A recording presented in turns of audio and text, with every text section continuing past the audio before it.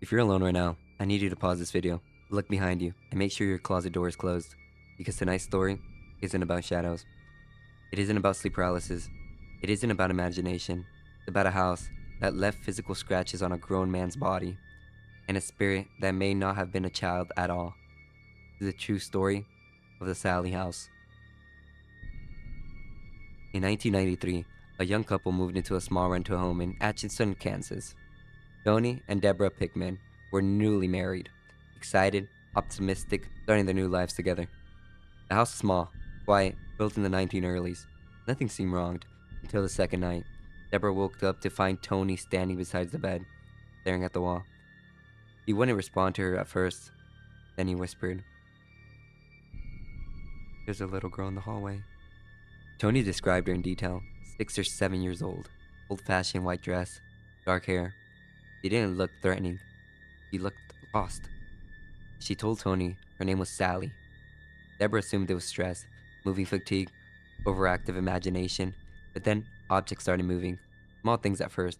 Keys disappearing, pictures tilting, cabinet doors opening. Then, the scratches began. One morning, Tony woke up to 3 long scratches down his chest. Not shallow, deep, raised, bleeding slightly. He swore he hadn't hurt himself. Deborah began documenting everything. More scratches appeared on his back, his arms, and his stomach. Always 3 marks. And always after Tony claimed to see Sallie. The house changed. Cold spots formed in specific corners. Light flickered. Electronics malfunctioned.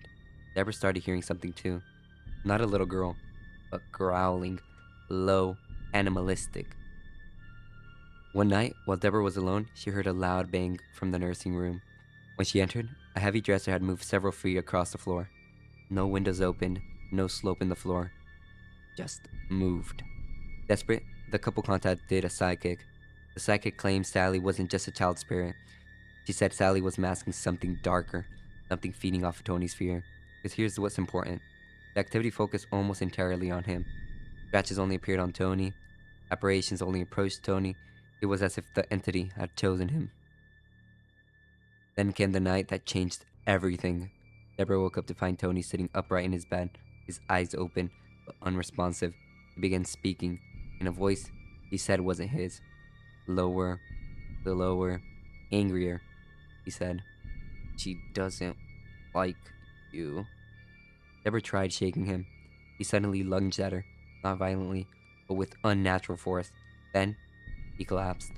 The next morning, he remembered nothing, but there were fresh scratches down his back.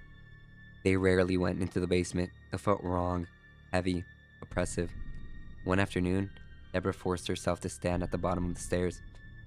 She described the feeling as, like if someone was standing inches behind me, breathing. Then she heard a whisper, right by her ear. "Get out." She ran upstairs. Behind her, she heard footsteps on the stairs. Slow, measured, following. The most terrifying moment happened weeks later. Deborah left Tony home alone. Minutes after she left, the house caught fire.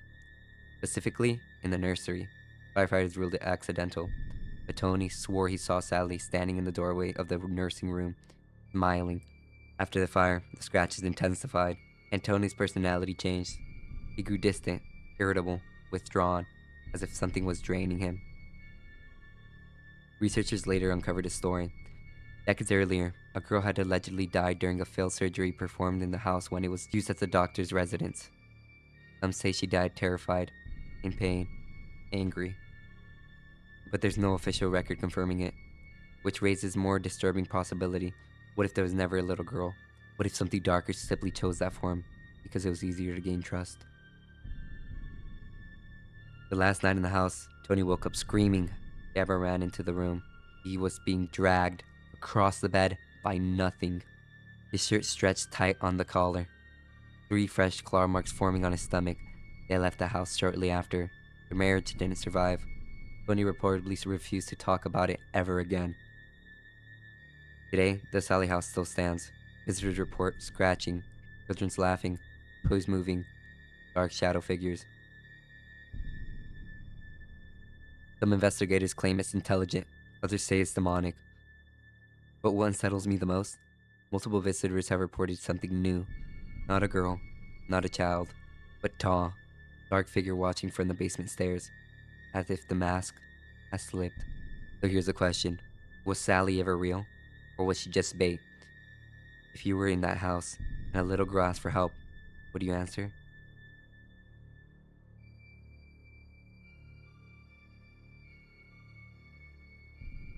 If you enjoyed this story, subscribe for more real hauntings every week.